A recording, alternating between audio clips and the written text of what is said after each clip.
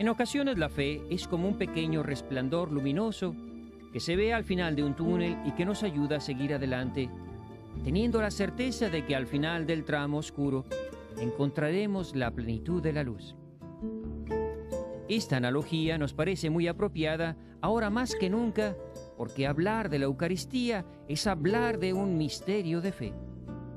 Y Dios, en su bondad infinita y en su sabia pedagogía, nos ha dejado unos misteriosos testigos de este sacramento de amor, que son como destellos de luz para que nuestra fe, nuestra razón y nuestro corazón se conmuevan y se convenzan de la presencia real del Hijo de Dios bajo las especies del pan y del vino. Los invito a que me acompañen en este fascinante recorrido por los caminos de Europa en busca de los milagros eucarísticos.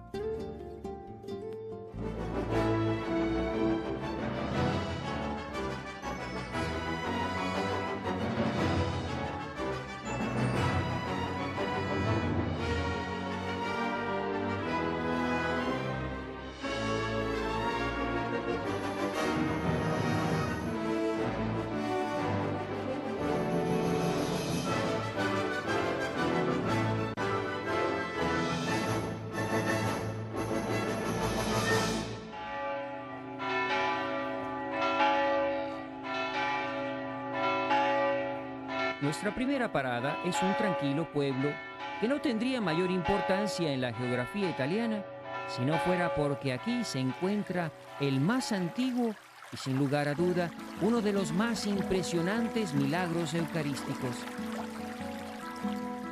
Este es el bello portón de entrada donde vemos algunas escenas que nos anuncian la presencia del milagro en este recinto.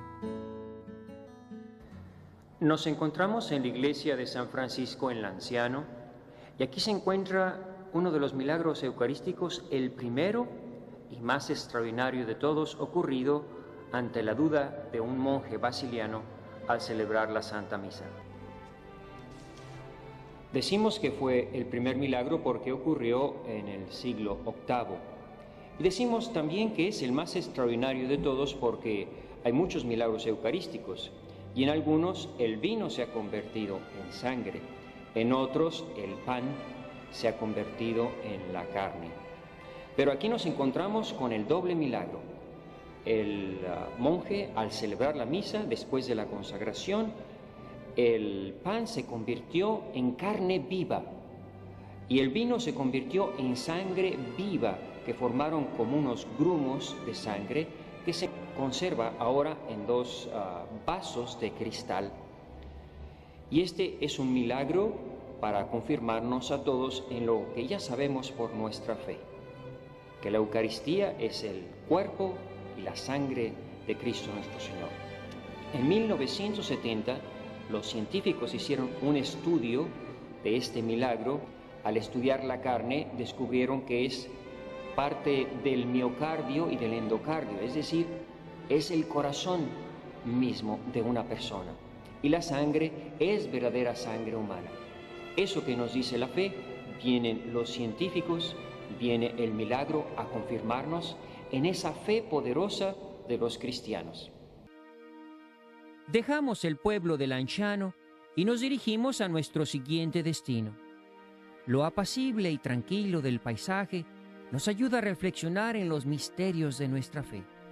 El propósito de este viaje no es mostrar fenómenos extraordinarios e inexplicables. No, esto es una peregrinación de fe, una jornada para orar frente a estas muestras del amor de Dios que Él permite que sucedan, para que la fe de sus hijos se enardezca y nos lleve a seguir su voluntad. Ferrara es una hermosa ciudad medieval que en un tiempo fue sede de una de las familias más poderosas de Italia. Entre estos soleados puentes y solitarios callejones, llegamos a la iglesia donde se encuentra el milagro de Ferrara. Nos encontramos en la ciudad de Ferrara, en Italia. Estamos en el santuario de Santa María in Vado y estamos en la capilla donde se venera un milagro eucarístico. El día 28 de marzo del año 1171, un sacerdote, el padre Pedro de Verona, celebraba la misa de Pascua. Llegado el momento de la fracción del pan, salió sangre explotando y manchando la cúpula de esta capilla. Vamos a ver a continuación la imagen del cuadro que representa el milagro y vamos a ver la cúpula donde todavía están las manchas de sangre que recogen el testimonio de aquel milagro eucarístico.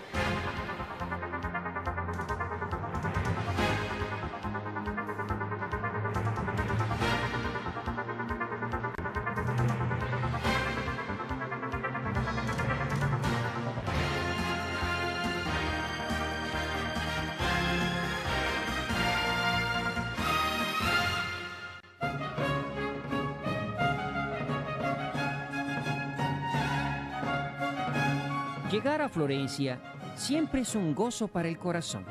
La cuna del Renacimiento es una ciudad que contagia su alegría con sus hermosos puentes, plazas y esculturas. La Catedral de Florencia sin duda es una de las más espectaculares de Europa.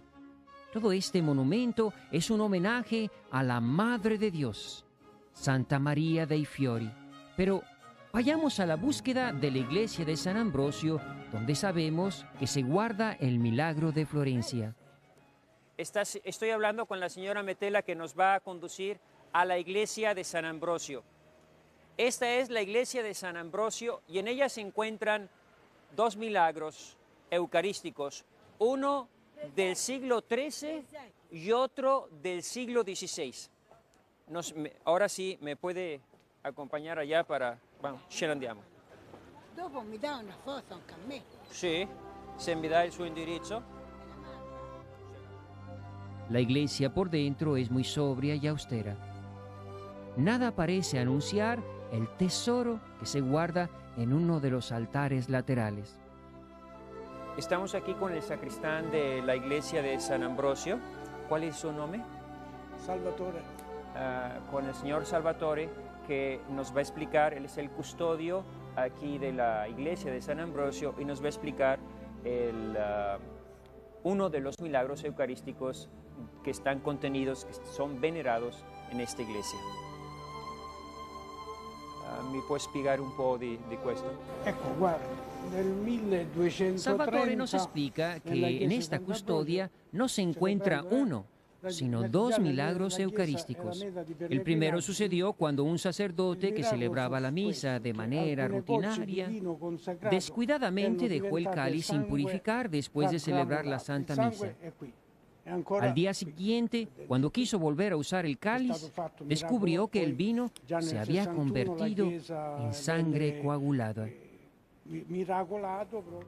Nos explicaba el sacristán que en esta custodia, porque es propiamente una custodia, un milagro convertido en custodia, están de hecho dos milagros. En la parte superior, en la parte del centro, se ve una como ampolla de alabastro. Ahí está contenido la sangre coagulada del milagro que aconteció con el descuido de ese sacerdote. Y en la parte de abajo están las partículas de otro milagro que sucedió, que fue un incendio en esta iglesia, que se quemó todo el mantel e incluso hasta el cáliz se derritió, pero las partículas estaban totalmente intactas y ahí en la parte de abajo de la ampolla se conserva una de esas partículas. Una cosa que llama la atención de este milagro es precisamente que está en forma de custodia. Y esto se debe a que en 1340 sucedió una de las pestes terribles de Europa, murió mucha gente y para detener la peste el obispo sacó esta custodia en una procesión por todas las calles y hicieron una custodia para que todos los años repetir esa procesión con el Santísimo. Y esto es lo que nosotros tenemos que quedarnos claro con todos estos milagros, porque podríamos hablar de uno de 1000 milagros eucarísticos, pero no añade nada a lo que ya sabemos por el catecismo, que Cristo está realmente presente en cuerpo, alma y divinidad en la Eucaristía. Y lo que Dios quiere hacer con estos milagros, que a veces parecen un poco llamativos, lo que Dios quiere es nada más recordarnos el amor el respeto, el culto y la adoración que todas las criaturas debemos al Santísimo Sacramento, que es la expresión máxima del amor de Dios hacia nosotros. Queremos aprovechar para hacer una oración con todos ustedes. Esa oración que tanto no sabemos, que tantas veces hemos rezado, pero que hoy tiene más sentido. Alma de Cristo, santifícame. Cuerpo de Cristo, sálvame. Sangre de Cristo, embriágame. Agua del costado de Cristo, lávame. Pasión de Cristo, confórtame. Oh mi buen Jesús, óyenos. Dentro de tus llagas, escóndenos. En la hora de la muerte, sálvanos. Del maligno enemigo, defiéndenos y mándanos ir a ti, para que con tus santos te alabemos por los siglos de los siglos. Amén.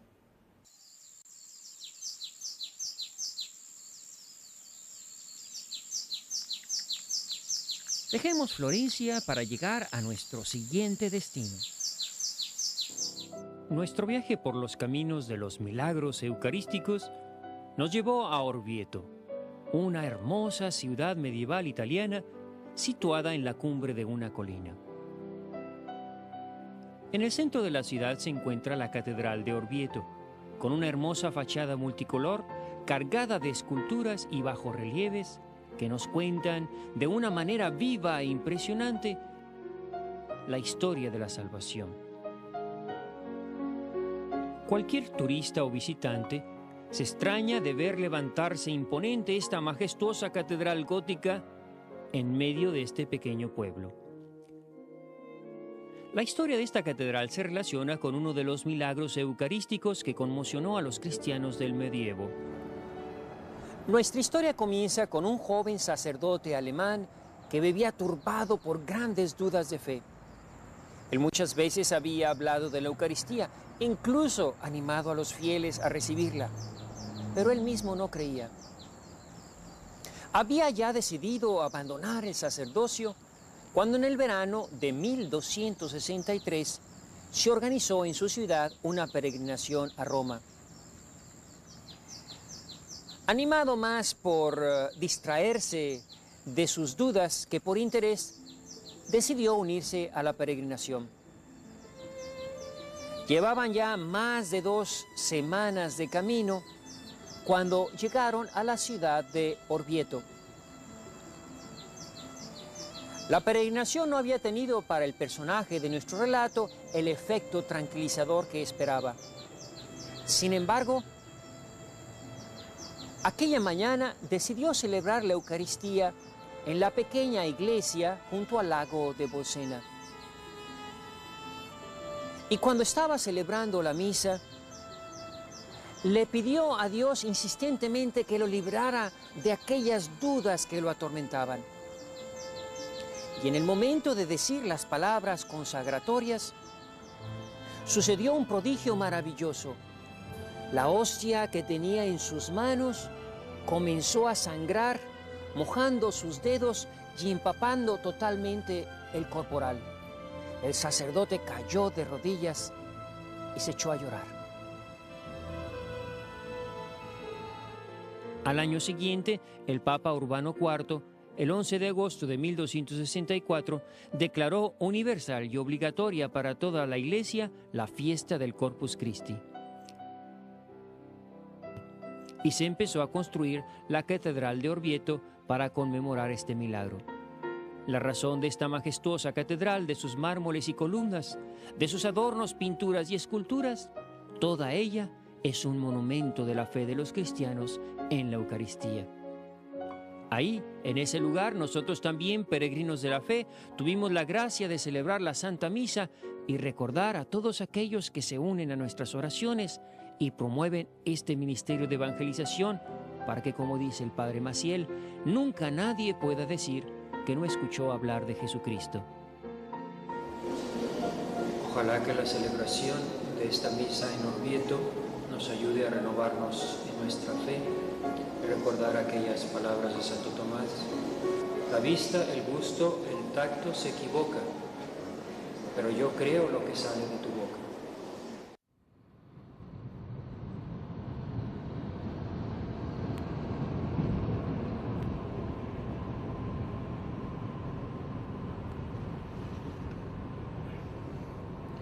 Aquí vamos en nuestro camino de los milagros eucarísticos. Y la verdad es que milagros en todas partes nos encontramos. Aquí se ve la obra de Dios en todo este hermoso paisaje de la naturaleza. Y vamos ahora en dirección a Teramo y de ahí pasaremos a Ofida, donde se encuentra uno de los milagros más impresionantes sobre la Eucaristía.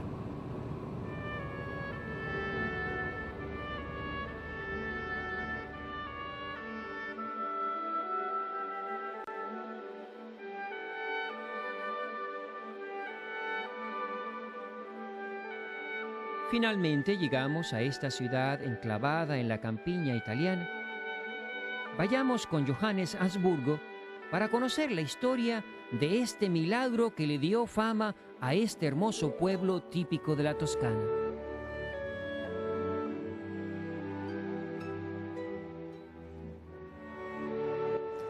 Milagros eucarísticos hay muchos y todos de ellos son hermosos, son pruebas de amor, son historias del corazón de Jesús que quiere conquistarse la fe, la confianza y el amor de sus hijos, sean estos sacerdotes o seglares, como ustedes y yo. Pero ninguna historia tan hermosa, tan apasionante como el milagro que hoy vamos a ver. Se trata de una mujer que buscando conquistarse el amor de un corazón humano, pasa por un horrendo pecado y se encuentra finalmente con el amor divino. Y todos los signos visibles de este hermoso milagro, de esta apasionante historia, se encuentran en esta bellísima ciudad de Ofida. Estos signos visibles de la historia milagrosa que nos ocupa se encuentran en un convento dedicado a San Agustín, conocido como el Santuario de la Eucaristía Milagrosa. La historia en sí sucedió en otro lugar, como lo testifica este pergamino del año 1788. Esta historia sucedió en Lanciano, otro pueblo en el centro de Italia. En Lanciano, una ciudad muy parecida a esta ciudad de Ofida, vivían en el siglo XIII un triste matrimonio. El matrimonio de Ricciarella y Giacomo Stasso. Un triste matrimonio, ¿por qué? Porque Giacomo era un esposo duro y no amaba a su esposa. Y a Ricciarella esto le entristecía profundamente y quería con todo su corazón ganarse el amor de su esposo. Ricciarella fue a consultar a una señora de su pueblo sobre cómo podría ella ganarse el amor de su esposo. El consejo que recibió fue el siguiente: toma una hostia consagrada, quémala, y el polvo que sobre de esta quemadura, ponlo en la comida o en la bebida de tu esposo, y con eso te ganarás su corazón. Ricciarella comienza a poner el plan diabólico en acción. Llama a un sacerdote y le pide que le traiga la Sagrada Comunión. Y el sacerdote viene, pero en vez de comulgar, Ricciarella deja caer la forma consagrada en su seno. Y una vez que haya ido el sacerdote, toma la forma, toma una teja, comienza a quemar la hostia, el cuerpo de nuestro Señor. Su sorpresa es cuando en vez de quemarse la hostia, se convierta en carne y comienza a sangrar. Y ni siquiera unas gotitas, sino efusivamente. Tal es la sorpresa de Ricciarella que intenta tapar la forma con su mano para que deje de sangrar, pero no logra nada y sigue sangrando. Toma finalmente un mantel, envuelve todo el paquete sangriento empapado con la sangre de Cristo. La teja, la forma consagrada, la sangre de Cristo, toma y lo entierra en el establo, en el estercolero, donde echan el estiércol de los animales. En eso llega a casa su esposo, Giacomo, y cuando quiere entrar con su mula al establo, el animal se niega a entrar. cuando finalmente lo logra, la mula se pone de rodillas ante el estercolero. Giacomo se da cuenta que algo raro ha pasado y comienza a insultar a Racciarella. Le dice qué ha hecho ella para que el animal se comporte de tan extraña forma, pero ella dice que no sabe qué está pasando. Y ahí se queda enterrado el pecado y el gravísimo secreto de esta pobre y desesperada mujer. Amigos, fíjense qué cosa más horrenda. No conquista el corazón de su esposo y además ha perdido lo más importante, la amistad con Dios. Durante 7 largos, amargos y negros años cargó Racciarella con su pecado. Pero al 7º año, tanto le remordía la conciencia que no aguantaba más. Llamó a un sacerdote con mucha fama de ser un gran confesor, el fray Giacomo della Tevi, y que vivía aquí en esta ciudad de Ofida. Él se fue a Lanciano a confesar a la pobre señora. Racciarella tan pesada estaba por su pecado que no atrevía a confesar este horrendo pecado. El sacerdote, viendo que ella estaba sufriendo y que no podía confesar la culpa que tanto le pesaba, empezó a enumerar todos los posibles pecados horrendos y graves que él conocía. Pero a todos ellos respondía Racciarella que no era ese el pecado y que no podía confesarlo. Finalmente, habiendo enumerado todos los pecados posibles que él conocía, exclamó: «Señora, he dicho todos los pecados horrendos que existen. Lo único que usted puede haber hecho que sea peor que todo esto es haber matado a Dios». Y en eso exclama Racciarella: «Eso es lo que hice, he matado a Dios, he matado a Dios». El fraile, al escuchar esa confesión algo sorprendente, le animó que le tomara valentía y confesara con toda confianza en Dios su pecado, por lo grave que fuera, porque Dios no quiere la muerte del pecador, sino su salvación. Y Racciarella comenzó a narrar la triste historia de su sacrilegio. Al final de la confesión, le animó para que le entregara los restos de este milagro.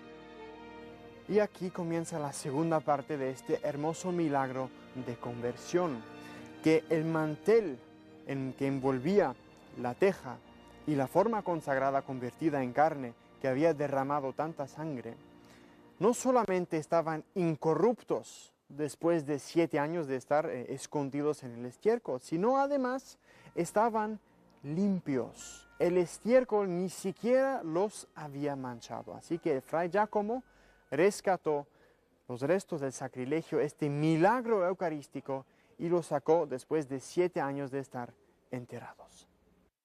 Toda esta historia podría considerarse una bella leyenda, si no fuera porque aquí, detrás de esta puerta de bronce, se encuentra la evidencia que ha hecho famoso al pequeño pueblo de Ofida. Es una iglesia de estilo sobrio y sencillo. Nuestra mirada se dirige instintivamente hacia la luz en el centro del altar, donde los ángeles se postran en adoración como custodios de algo que debe ser extremadamente valioso.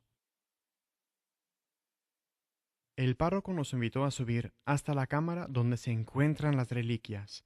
Para abrir las 3 puertas se necesitan 14 llaves. A manera de un ritual, mientras gira las llaves y caen los cerrojos, el custodio de las reliquias nos va recitando la historia del milagro.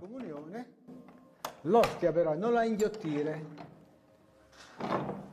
portala a casa, cerca di cuocerla, di ridurla in polvere e poi la polvere la metterai nella bevanda. Tras un proceso que nos parece interminable, se abre la primera puerta. La segunda puerta es un recio cancel del siglo XV. La tercera puerta, más moderna, es de cristal. Finalmente nos abre la gruesa cortina roja, dejando ver tres objetos discordantes: una teja, un crucifijo de plata y al fondo un viejo y roído mantel. Después de un breve resumen de cómo llegaron las reliquias a Ofida, nos dice: Aquí están las reliquias que conservamos. La teja donde Ricciarella coció la hostia con las manchas oscuras de la sangre tostada. Al fondo está el mantelillo que mide 90 por 150 centímetros. En el mantel, junto al bordado superior, se encuentra una mancha de sangre circular dejada por la hostia. Este es el relicario llamado de la Santa Cruz, adornado con un bajorrelieve de la Dolorosa, de San Juan y dos ángeles. Por la parte posterior, en esta ventanita, se encuentra incrustada, en forma de cruz, un fragmento de la hostia de tejido carnoso con pequeños grumos de sangre, y abajo se encuentran algunos fragmentos de la cruz de Cristo. Amigos, así acaba una hermosa historia de amor, cómo Dios va persiguiendo un corazón que desconfía de Él, que no pone en Él toda su confianza, todos sus anhelos de vida, de ser amado por el amante por excelencia que es Jesucristo. Cómo Dios convirtió ese horrendo pecado de sacrilegio de esta mujer desesperada en una oportunidad para que se abrazara al amor eterno de Dios que le espera, de Dios que le ama y que le quiere llevar con Él a la eternidad. Y también para nosotros una gran lección, porque con cuánto amor nos espera Jesucristo en la Eucaristía cada día si queremos, pero con cuánta frecuencia nosotros comulgamos con tanta rutina y superficialidad. Ojalá que todos estos hermosos programas que hemos hecho sobre la Sagrada Eucaristía, sobre estos milagros eucarísticos, nos ayuden a acrecentar nuestra viva fe en la presencia real de Jesucristo en la Eucaristía.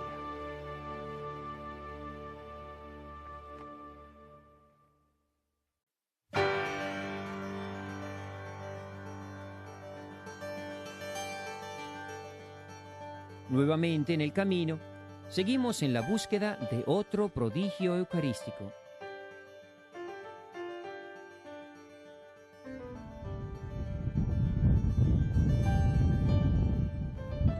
Nuestra peregrinación de la fe nos ha traído a estos lugares tan hermosos, cruzando los Alpes, para llevarles a ustedes este reportaje hermosísimo.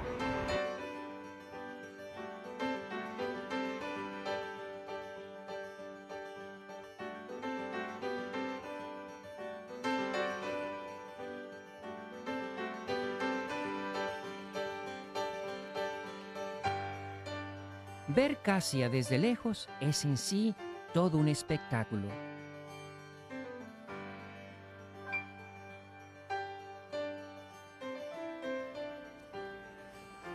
Nos encontramos en el centro de Italia, en Umbría. Este es el hermoso pueblo de Casia, mundialmente conocido por ser el lugar del nacimiento de Santa Rita, la santa de los casos imposibles. Pero nosotros hemos venido para llevarles a ustedes el caso de un insigne milagro eucarístico ocurrido en 1330. Este es un típico pueblito medieval que nos habla mucho de la vida de aquellos tiempos. La iglesia en la cima de la montaña y las casas se iban formando, construyendo alrededor de esa montaña, lo cual nos habla de que aquella gente le daba la primacía a las cosas de Dios, a la vida religiosa. Su vida, su trabajo, su tiempo de ocio no estaba nunca separado de las cosas de Dios. No es difícil entender esta manera de pensar, porque en Casia todo nos habla de Dios. Los valles y las montañas, las iglesias y los campanarios. Esto ha hecho de Casia uno de los santuarios más populares de Europa.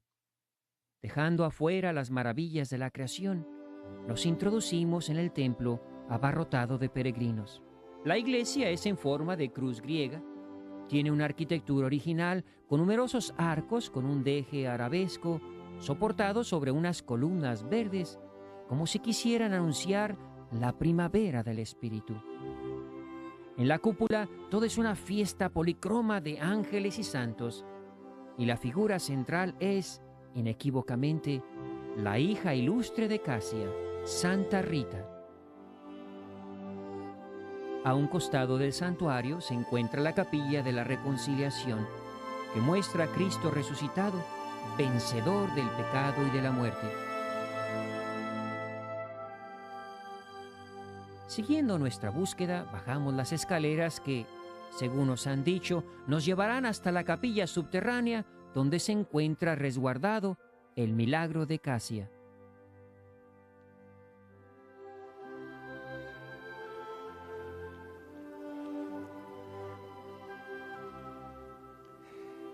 Esta es una capilla muy moderna que refleja muy bien el arte y el buen gusto de los italianos. Pero lo importante de esta capilla no son las obras de los hombres, sino las maravillas que hace Dios.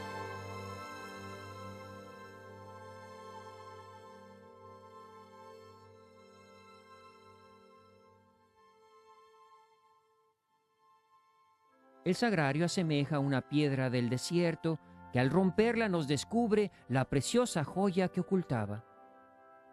Al lado se encuentran dos lápidas de piedra con una representación ampliada de la marca de la hostia sangrante.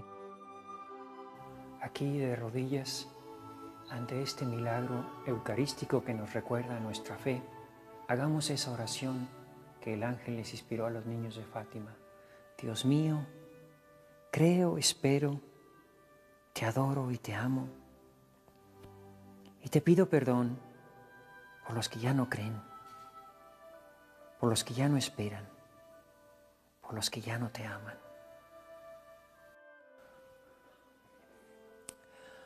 Así es, hermanos, son muchos los hombres y mujeres que ya no tienen fe, ni esperanza, ni amor. E incluso algunos sacerdotes. Y esta es precisamente la historia de este milagro.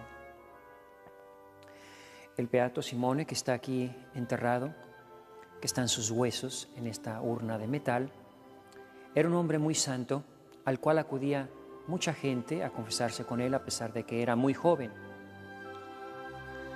Y un día vino un sacerdote a confesarse.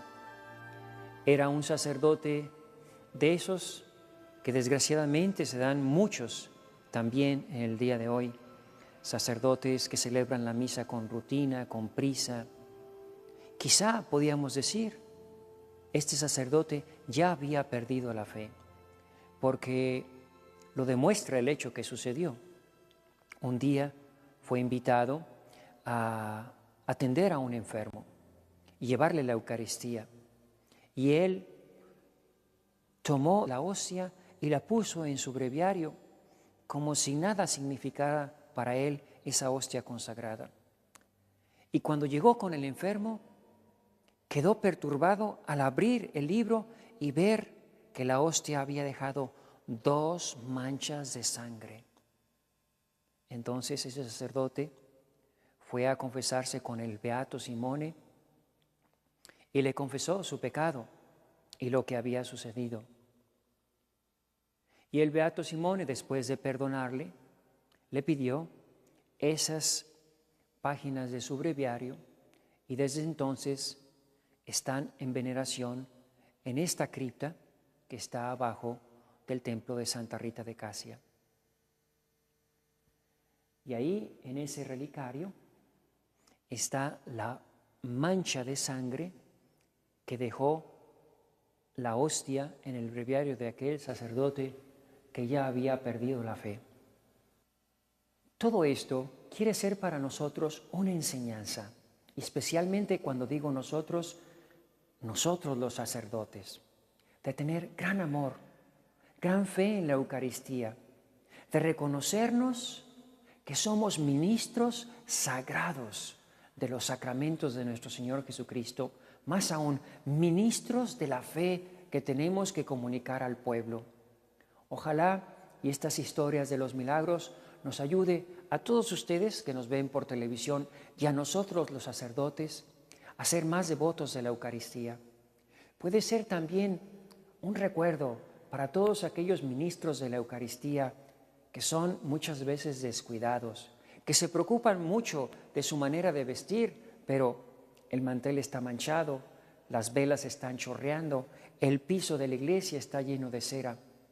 Eso demuestra que nosotros también estamos perdiendo la fe, o al menos no es una fe entusiasta, viva.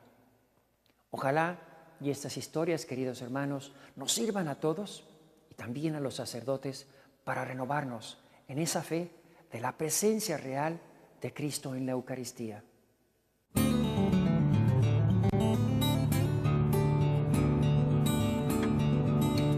Vayamos ahora al sur de Francia.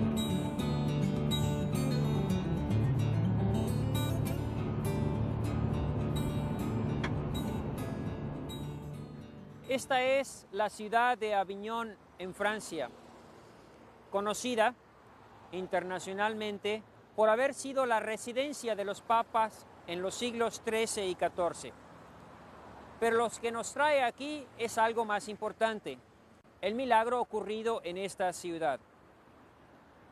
Para hablar de este milagro, hay que trasladarnos 200 años antes, a la época del 1226, donde la herejía albigense, que estaba en contra de los sacramentos, y en especial del sacramento del matrimonio y de la Eucaristía, se había desarrollado inmensamente en el sur de Francia.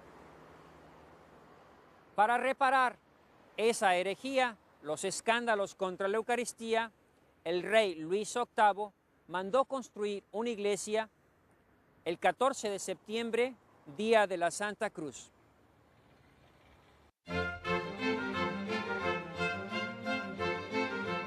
Estando en Aviñón, no pudimos resistir la tentación de visitar el palacio donde vivieron los papas por varias décadas.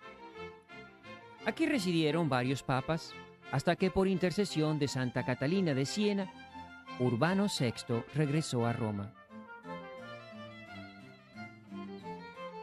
Después de caminar por la ciudad, al caer la tarde, finalmente llegamos a nuestro destino. Esta es la iglesia de la Santa Cruz, construida en honor de la Eucaristía y para reparación de los sacrilegios cometidos por los albigenses en contra de la Eucaristía. Hasta aquí llegaban las peregrinaciones. Este era un lugar de fuertes inundaciones y en 1433 el agua llegó hasta la mitad de la puerta. Los penitentes grises llegaron en barca a tratar de rescatar la Eucaristía y cuando abrieron la puerta se encontraron con la sorpresa de que el camino a partir de la puerta hasta la Eucaristía, hasta el altar, estaba totalmente seco y 2 paredes de agua con 4 pies de altura, el agua formando unas murallas al lado de la Eucaristía. La historia parece un poco fantástica, pero el hecho es que el 29 y el 30 de noviembre, desde 1433, aquí tienen las grandes fiestas en honor de la Eucaristía.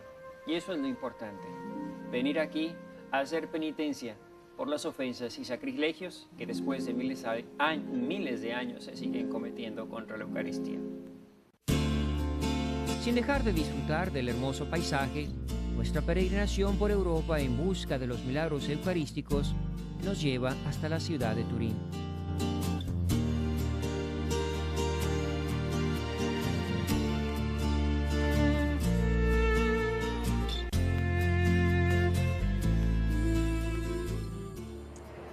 La Biblia nos habla de que Dios se vale de una mula para reprender al profeta Balaam.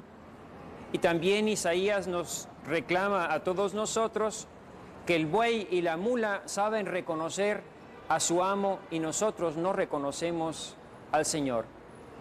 Hemos venido aquí a Turín para hablar de un milagro y para aprender de una mula. Después de caminar por las bulliciosas calles de Turín, llegamos cansados a una soleada plazoleta.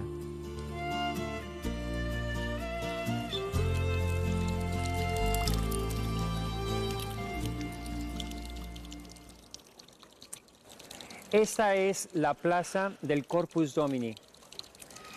No se llamaba así y era una plaza muy grande, pero ahora la ocupa la mitad de la plaza una iglesia que está relacionada precisamente con el milagro de la burra. Pero para hablarnos de este milagro eucarístico, le hemos pedido al doctor Mario Pandiami que nos lo explique.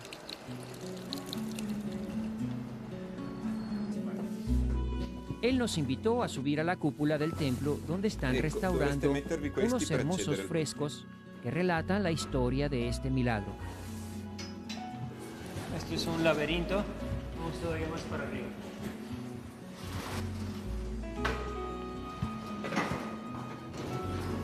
Para eso son los cascos. Estamos en un lugar muy privilegiado porque estamos encima del lugar donde la construcción. Allá está la historia del robo que hicieron los soldados. Aquí está el milagro. Se ve como la custodia está ahí en el aire. Y finalmente la procesión de la Eucaristía. Pero estas escenas requieren de una explicación. ¿Cómo corre, cuál es la historia su questo miracolo eucaristico? Allora, la historia di questo miracolo eucaristico nasce. La historia de este milagro eucarístico nace en 1453, cuando los soldados franceses de Carlos de Anjou descendieron del Piamonte al valle de Susa. En la iglesia de Esquiles, que es una iglesia en este valle, hubo un saqueo y, entre otras cosas, se robaron del tabernáculo una custodia de oro. Cuando llegaron a Turín estos soldados, pasando justo la plaza del Erbe, que es donde se encuentra ahora esta iglesia, y que antes era solamente una plaza, el asno con la valija que contenía la custodia se echó en tierra, para ya no moverse más. La valija donde llevaban el motín cayó y se abrió. Y la custodia también se abrió y salió la hostia consagrada que se elevó al cielo. Este milagro lo presenciaron centenares de personas que estaban en la plaza. Mandaron llamar al obispo porque el cuerpo del Señor permanecía flotando. Comenzaron a orar para que la hostia descendiera, lo cual no sucedió hasta que llegó el obispo con la píxide. Cuando llegó el obispo, el cuerpo del Señor descendió a la píxide. Posteriormente se organizó una procesión solemne y la hostia consagrada se trasladó hasta la catedral de Turín. Este es el lugar que nos recuerda donde cayó el jumento. Esto era una plaza, no era ninguna iglesia. Y aquí en la plaza cae el burro. Y esta es la placa que conmemora el hecho. Y dice aquí el 6 de junio de 1453, cayó, se postró la mula que llevaba el cuerpo del Señor. Y aquí la hostia sagrada se libró del saco donde lo llevaban y se alzó en el aire. Y después descendió benigna sobre las manos suplicantes del obispo alrededor del pueblo que estaba en oración. Y esto es lo importante, que con estos milagros se nos recuerda lo que ya sabemos por nuestra fe y lo que Dios quiere de nosotros, el culto, la devoción, el respeto a la Santa Eucaristía. Una cosa importante de todos estos milagros es que todo termina siempre en una renovación de la fe y del fervor hacia la Eucaristía. Desde entonces, de ocurrido el milagro, todos los años se lleva la Eucaristía en procesión a lo largo de la ciudad, seguida de miles de peregrinos en esta custodia que precisamente representa el milagro.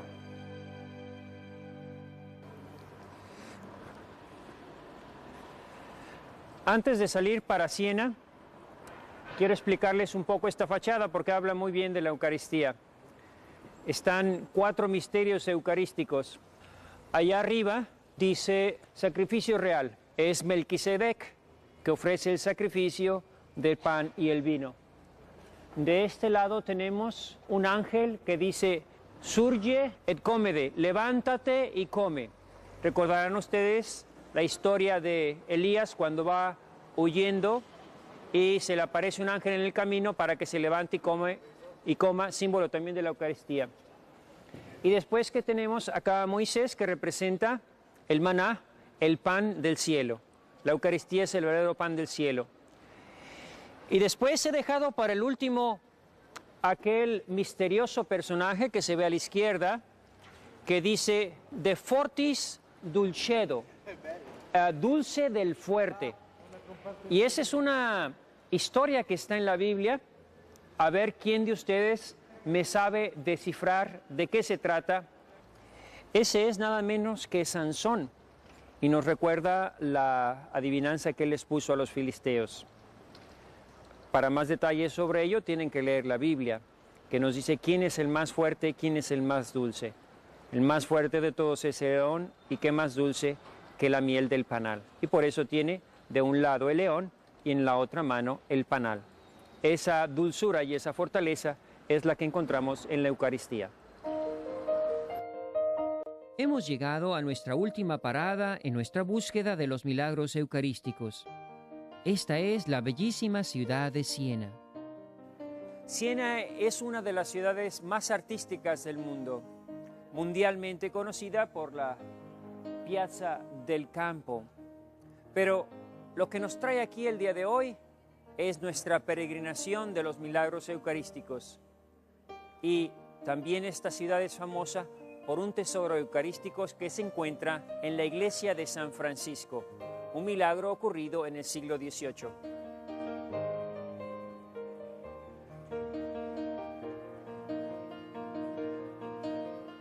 En el siglo XVIII, la gente ya no creía, ya no tenía esa fe. Sí asistían a la iglesia, pero propiamente era una forma rutinaria.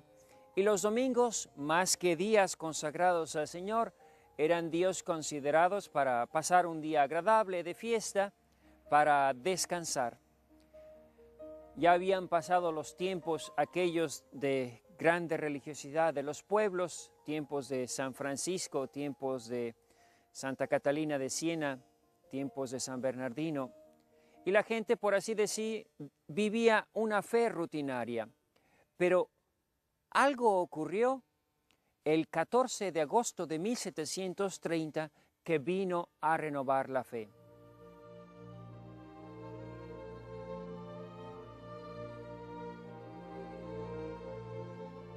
Para entender este milagro, le hemos pedido al Padre Pablo, que ya nos está esperando, un sacerdote franciscano, que nos explique en qué consiste este milagro.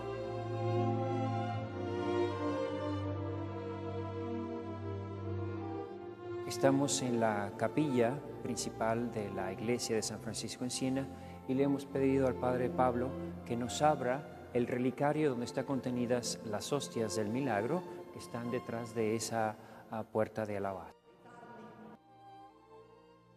El Padre Pablo nos cuenta que en agosto de 1730, unos maleantes entraron en la parroquia de San Francisco y robaron un hermoso copón de oro que contenía las hostias consagradas. El asalto se descubrió al siguiente día, y cuando se dio a conocer el sacrílego robo, el pueblo quiso hacer rogativas de reparación para encontrar las formas sagradas. Días después, un sacerdote encontró las 348 hostias consagradas, empolvadas y cubiertas con telarañas, dentro de la caja de las limosnas de la iglesia de Santa María Provenzano. Al enterarse los fieles, se volcaron en visitas de adoración y reparación que duraron por varios días. Las formas consagradas nunca se consumieron. El milagro consiste en que han pasado cientos de años y las formas aún se conservan frescas, sin ningún signo de corrupción, a pesar de llevar guardadas en el copón más de 260 años. Una forma de trigo como estas, en no más de 60 años quedaría reducida a un puñado de polvo amarillento y rancio. Este es un milagro de continua preservación.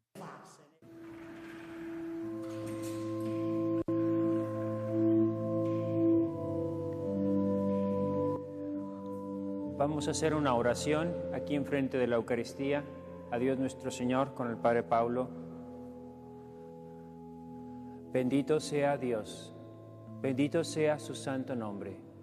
Bendito sea Jesucristo, verdadero Dios y verdadero hombre. Bendito sea el nombre de Jesús. Bendito sea su sacratísimo corazón. Bendita sea su preciosísima sangre. Bendito sea Jesucristo en il sacramento dell'altar. La sua benedizione, Padre, per favore, per tutti quello che vedono. Signore, benedici questi fratelli e tutto il popolo messicano, e fondendo su di lui la pace, la gioia, la grazia, il tuo Figlio Gesù Cristo, nel nome del Padre, del Figlio e dello Spirito Santo. Amén.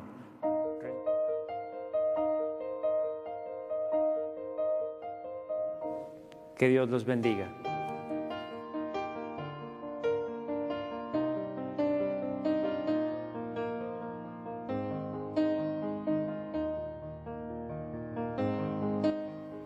Una de las conclusiones que podríamos sacar de Siena, de este milagro de Siena, es que cuando hay gente devota, amante de la Eucaristía, Dios se quiere quedar presente entre nosotros. Ustedes me dirán, bueno, pues eso no es ningún milagro. Efectivamente, no es ningún milagro. Es lo que nosotros ya sabemos por la fe, que Cristo está presente en la Eucaristía. Y esto es lo que quiere ser esta historia sobre los milagros, recordar nuestra fe.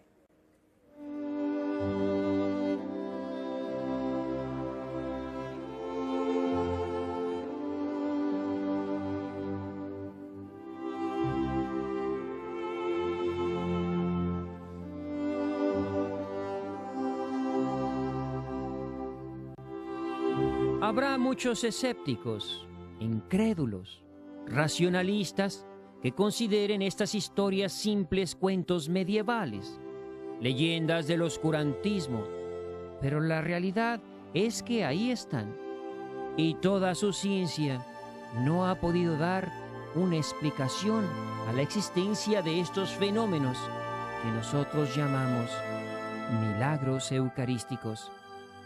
Recordemos lo que mencionamos desde un principio. Lo importante no es el milagro, sino que son evidencias para reconocer un misterio de fe. Mysterium Fidei. Aunque no viéramos hostias sangrantes, aunque no viéramos la transformación física de las formas, aunque no viéramos fenómenos luminosos alrededor de la hostia, nosotros tenemos la certeza, por las palabras de Cristo que nos dijo: esto es mi cuerpo, esta es mi sangre. Ojalá que estos milagros sean para los incrédulos lo que fueron para Tomás, las llagas en las manos y el costado de Jesús, muestras palpables de su amor misericordioso para caer de rodillas y proclamar: Señor mío y Dios mío. Que Dios los bendiga.